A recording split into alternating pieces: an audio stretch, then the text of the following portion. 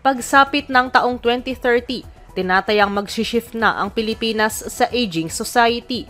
Ito ang lumabas sa ikalawang report ng mga researcher mula sa University of the Philippines na Longitudinal Study of Aging and Health in the Philippines o LSAP. Batay sa Wave 2 ng nasabing pag-aaral, naobserbahan nila na nagkaroon ng malaking pagbaba sa fertility rates o bilang ng ipinapanganak at increased life expectancy o haba ng buhay ng isang tao sa Pilipinas. Sa ngayon, ilan na nga ba ang senior citizens sa bansa? Sa huling census na isinagawa ng Philippine Statistics Authority noong 2020, tinatayang nasa 9.2 milyon ang bilang ng senior citizens sa bansa, mataas na mula sa 4.5 milyon noong 2000.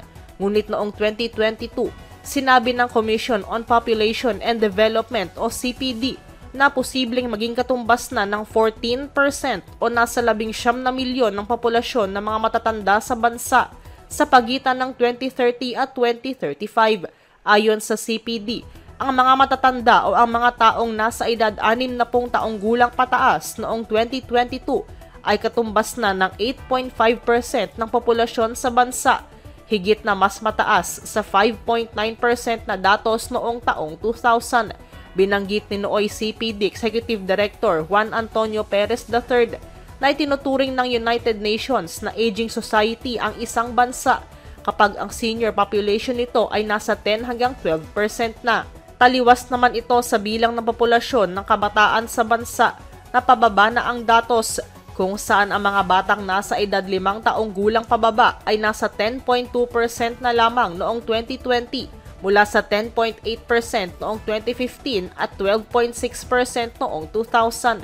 Ngayong mas dumarami na ang mga matatanda sa Pilipinas, nag-abiso na rin ang CPD o POPCOM noon na dapat paghandaan na ng bansa ang nalalapit na pagpasok nito sa graying society.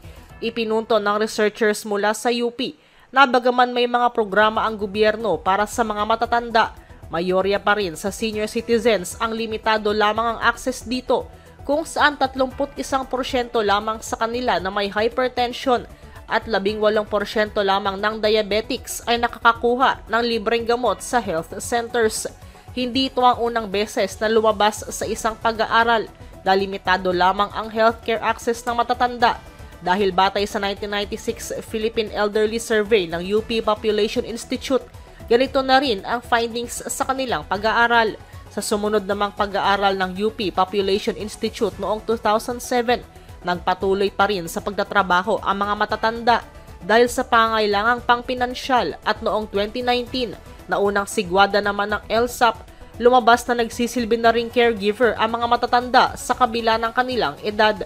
Binanggit din ng UP researchers ang mga batas na tumutulong sa matatanda gaya ng Expanded Senior Citizens Act of 2010 at Universal Healthcare Law of 2019, pero mayroon anya itong overlapping policies na kailangang gawing epesyente at epektibo para sa mga matatanda. Nanawagan din ng review ang UP researchers sa pag-aaral nila noong 2024 sa kasalukuyang pension rates at pagkakaroon ng long-term care homes para sa senior citizens. Kaya sa kabuuan, panawagan ng mga mananaliksik sa pamahalaan na rebisahin ang mga kasalukuyang batas at pagkaroon ng mas maayos na pangangalaga sa mga matatanda. Para sa The Situation Report, ito si Nicole Lopez Poyawan, DZRH News.